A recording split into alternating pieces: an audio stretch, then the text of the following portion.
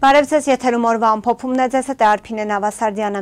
19:00-ի դրությամբ առանձնացրել ենք հետևյալ լուրերը։ Նիկոլ Փաշինյանն այսօր ազգային ժողովում 2024 թվականի պետական բյուջեի կատարման տարեկան հաշվետվությունը ներկայացնելիս նշել է, որ 2024 թվականի նոյեմբերին Հայաստանի Հանրապետության բոլոր ժամանակների գրանցված եւ աշխատանքով ապահովված աշխատատեղերի բացարձակ ռեկորդ է սահմանվել։ Գրանցվել է 782.832 աշխատատեղ։ 2018 թվականի հեղափոխությունից հետո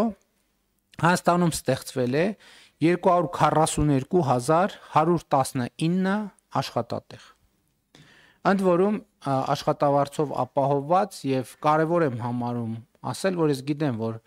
շատ հաճախ լինում է հոռետեսություն վիճակագրությունների վերաբերյալ, բայց այս վիճակագրությունը ավելի քան վստահելի է, ինչու, որովհետև այս աշխատատեղերը կոնկրետ մարդկանցով, անուն ազգանուններով, վճարված աշխատավարձերով եւ աշխատավարձի դիմաց վճարված եկամտային հարկով ապացուցելի է, այսինքն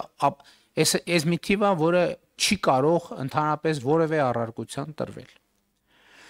2018 թվականի ապրիլին Հայաստանում միջին աշխատավարձը եղել է 173.996 դրամ։ 2025 թվականի ապրիլին 304.992 դրամ։ Միջին աշխատավարձի աճը կազմել է 130.000 դրամ կամ 75%։ Նրա խոսքով նույն ժամանակահատվածում կൂട്ടակային գնաճը կազմել է 25%։ Կամ կարող է մեզ օգնել պատասխանել հարցին, թե մարդիկ, որտեղ մամուլում, սոցիալական ցանցերում, քաղաքական հարթակներում այս հարցը հնչում է, թե մարդիկ այսօր ավելի լավ են ապրում, թե ավելի վատ 2018 թվականի համեմատ։ Այս թիվը վկայությունն է այն բանի, որ մարդիկ Հայաստանում ավելի լավ են ապրում եւ ավելի լավ են ապրում գնաճի հաշվառումով եւ ավելի լավ են ապրում շուրջ 50%-ով։ Այսինքն իրենց ապրածի կեսի չափով, եթե պատկերավոր նկարագրենք, ավելի լավ են ապրում։ Սա իհարկե չի նշանակում, որ մարդիկ Հայաստանում գոհ են իրենց կյանքից։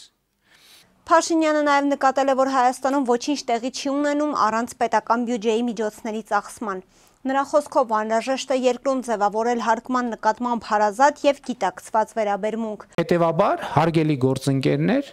պետք է հասկանանք, ըմբռնենք խորությամբ, որ չափազանցություն նրանում, որ ասում եմ Հայաստանի Հանրապետության պետական բյուջեն մեր բոլորի հավաքական, բայց նաև մեզնից յուրաքանչյուրի ընտանեկան բյուջեն է։ Սրանում ոչ մի չափազանցություն չկա, եւ այս ամեն ինչի համար եմ ասում, հարկ վճարելու նկատմամբ մեր վերաբերմունքը պետքա փոխվի, ֆունդամենտալ ձևով պետքա փոխվի, որովհետեւ կա հարկ, կա պետություն, չկա հարկ, չկա պետություն, կա հարկ, կա բարեկեցություն, չկա հարկ, չկա բարեկեցություն, կա հարկ, կա երջանկություն, չկա հարկ, չկա երջանկություն, կա հարկ, կա ազատություն, չկա հարկ, չկա ազատություն, կա հարկ, կա անվտանգություն, չկա հարկ, չկա անվտանգություն, կա հարկ, կա առողջություն, չկա հարկ, չկա առողջություն, կա հարկ, կա կրթություն, չկա հարկ, չկա կրթություն։ Սա ընդ որում այս թվարկումը ժամերով շարունակենք, կա հարկ, կա ճանապարհ, չկա հարկ, չկա ճանապարհ, կա հարկ, կա լուսավորություն, չկա հարկ, չկա լուսավորություն, կա հարկ, կա սոցիալական ապահովություն, չկա հարկ, չկա սոցիալական ապահովություն, կա հարկ, կա անտառ, չկա հարկ, չկա անտառ, կա հարկ, կա մաքուր օդ, չկա հարկ, չկա մաքուր օդ։ Հիմա հա անսպառ է, բառես բուն իմաստով անսպառ է։ Հիմա այն ինչ որ չկա, ինչի պատճառով է, որ չկա։ Հարկ չլինելու պատճառով է, որ չկա։ Աշխատանք չլինելու պատճառով է, որ չկա։ Հարկ վճարելու նկատմամբ վերաբերմունքի պատճառով է, որ չկա։ Արցախի վերջին նախագահ Սամվել Շահրամանյանն այսօր հարձակվել է Արցախի վերջին պատերազմի ժամանակ զինվորական անփութության զենք զինամթերք թշնամուն հանձնելու գործով։ Նրա փաստաբանը լրագրողներին հայտնել է, որ Շահրամանյանը վկայի կարգավիճակ ունի, սակայն նախաքննության շահերից ելնելով նա այլ հարցերի չի պատասխանել։ Ըստ մամուլի այս վարույթը հարուցվել է Արցախի անվտանգության խորհրդի նախկին ղեկավար Սամվել Բաբայանի հաղորդման հիման վրա։ Թե կոնկրետ ինչ հաղորդում է ներկայացրել Բաբայանը, Ռոման Ելիցյանը ոչինչ չասաց։ Գործը թեև հարուցվել է դեռ 2023 թվականին, բայց քննչականը 2 տարի անց է Շահրամանյանին ինտենսիվ հրավիրում հարցաքննության։ Ռոման Ելիցյանը շեշտել է, որ իր համար էլ է անհասկանալի ինչու են կարևոր գործով Արցախի վերջին նախագահին հիշել 2 տարի անց։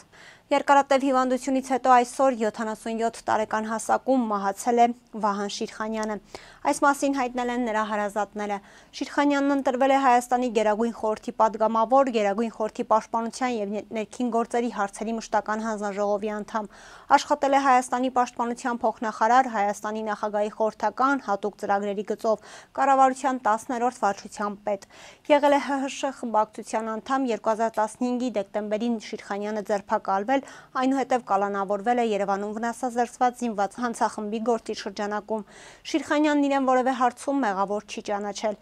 Նրա փաստաբան Հայկ Ալումյանը Շիրխանյանի առողջական վիճակի եւ կալանքի վերաբերյալ գանգատ է ներկայացրել ՄԻԵԴ։ 2018-ի հունիսին 2.5 տարի բանտում անցկացնելուց հետո Շիրխանյանն ազատ է արձակվել։ Վերջին տարիներին Վահան Շիրխանյանի առողջական վիճակը վատացել է։ Սահմանային իրավիճակը հարաբերական կայուն է։ Սա Հայաստանի Հանրապետության զինված ուժերի գլխավոր շտաբի պետ Էդուարդ Ասրյանի գնահատականն է, որն այսօր նա բարձրաձայնեց խորհրդարանում լրագրողների հետ ճեպազրույցում։